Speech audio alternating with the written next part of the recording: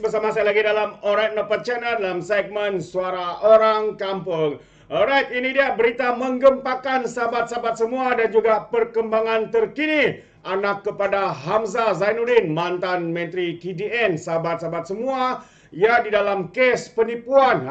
So ini adalah update terkini berkaitan dengan kes penipuan dalam skandal minyak masak, sahabat-sahabat semua. Jadi apakah yang berlaku, ini yang menarik juga untuk saya kongsikan bersama dengan kita hari ini.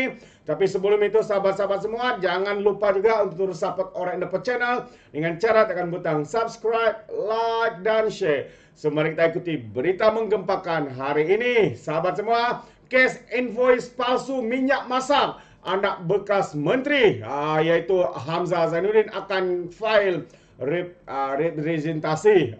Itu dia. Jadi perkara ini sudah dalam pendakwaan dan dia mau memfailkan representasi. Jadi kalau kita lihat kenyataan ini, anak bekas menteri akan mengemukakan representasi kepada Jabatan Peguam Negara berhubung pertuduhan mengemukakan invoice penjualan minyak masak palsu dan memiliki minyak masak bersubsidi melebihi had yang dihadapinya.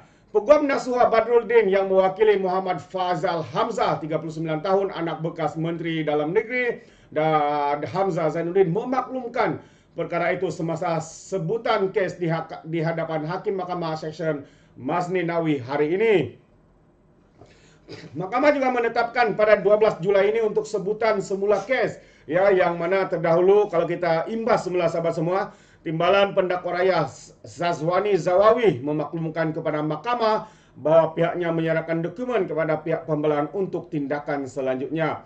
Pada 5 April yang lepas, Muhammad Faizal dan rakan perniagaannya Azizul Abdul Halim, 55 tahun, mengaku tidak bersalah di Mahkamah Seksyen di Seremban hari ini atas 9 pertuduhan mengemukakan invoice penjualan minyak masak palsu dan memiliki minyak masak bersubsidi melebihi had. Pada prosiding hari ini, Muhammad Faizal tidak hadir ke mahkamah kerana cuti sakit. Berdasarkan pertuduhan, mereka yang merupakan pengarah Syarikat Rimba Merpati Sdn Bhd itu, yaitu syarikat pemegang lesen borong barang kawalan berjadual, yaitu minyak masak didapati telah memberikan maklumat palsu. Wow, itu dia sanggup menipu ya, semasa mengemukakan maklumat berhubung dokumen atas invoice penjualan minyak masak kepada 2 runcit di Seremban. Perbuatan itu didakwah dilakukan di Pejabat Kementerian Perdagangan Dalam Negeri dan Kos Sara Hidup KPDN pada kira-kira jam 5 petang pada 12 Ogos tahun lepas. Pendakwaan mengikut Seksyen 22 dalam kurungan 4 Akta Kawalan Bekalan 1961 hendaklah disifatkan telah melakukan satu kesalahan di bawah Seksyen 8 dalam kurungan 4 dalam kurungan B Akta Kawalan Bekalan 1961 yang boleh dihukum di bawah Seksyen 22 dalam kurungan 1 Akta sama dibaca bersama Seksyen 34 Kanun Keseksaan.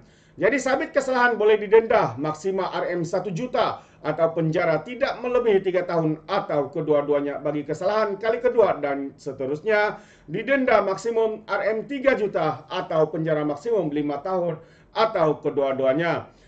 Syarikat yang diwakili mereka turut didakwa mengemukakan invoice palsu dan memiliki minyak masak melebihi had 50 metrik tan, ya, dan juga mengikut peraturan 9 dalam kurungan 1 peraturan kawalan bekalan 1974 yang merupakan kesalahan di bawah peraturan 21 dalam kurungan 1 peraturan sama boleh dihukum di bawah Seksyen 22 Akta Kawalan Bekalan 1961.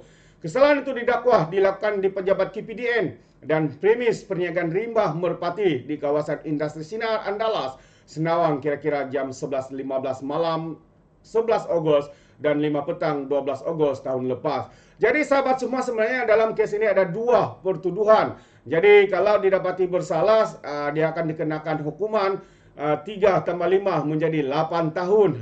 Dan juga yang pertama tadi, kalau dapati bersalah, denda maksimum adalah 1 juta. Yang kedua tadi adalah 3 juta. Jadi kalau dicampur, ditolak, dibahagi adalah 4 juta denda dan juga penjara 8 tahun, sahabat-sahabat semua. Wow, itulah dia ya. Yang mana kehebatan ya anak bekas mantan Menteri KDN ini, sahabat semua.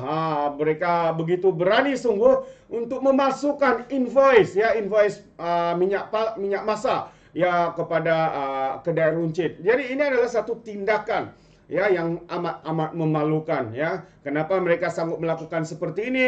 Ya karena begitu rakus, begitu mahukan uang sehingga lupa dengan etika di dalam perniagaan, sahabat-sahabat semua. Dan kesalahan yang kedua juga itu kesalahan yang kedua adalah memiliki minyak subsidi melebihan daripada 50 yang telah ditetapkan oleh kerajaan. Jadi ini adalah satu perkara yang amat mengejutkan kita sahabat semua. Ya, anak mantan KDN dan bapaknya sendiri adalah menteri ya di dalam Kerajaan Perikatan Nasional. Yang mana mereka katakan mereka tidak mengamalkan nepotisme, kronisme ya untuk mengayakan kroni, tapi inilah bukti jelas sahabat-sahabat semua.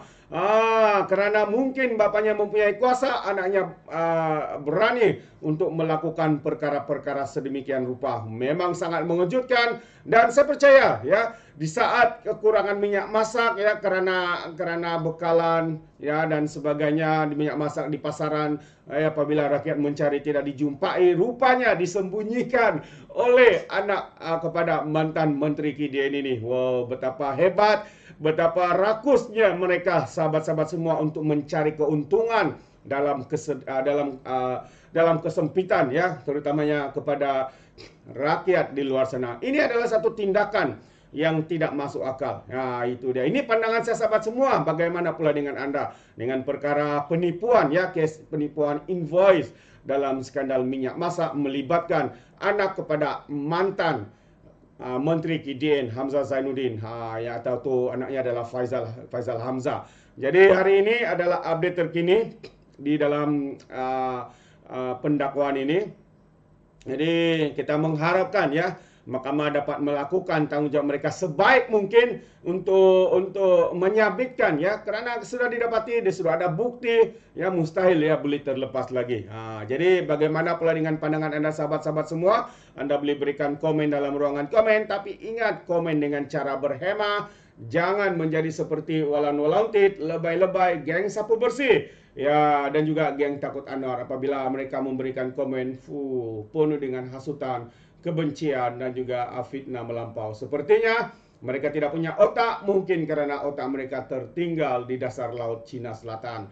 Alright, so terima kasih sekali lagi. Sekiranya sahabat juga mau memberikan sokongan untuk channel ini, jangan lupa untuk support Orang Nampak Channel dengan cara tekan butang subscribe, like dan share. So sampai di sini saja.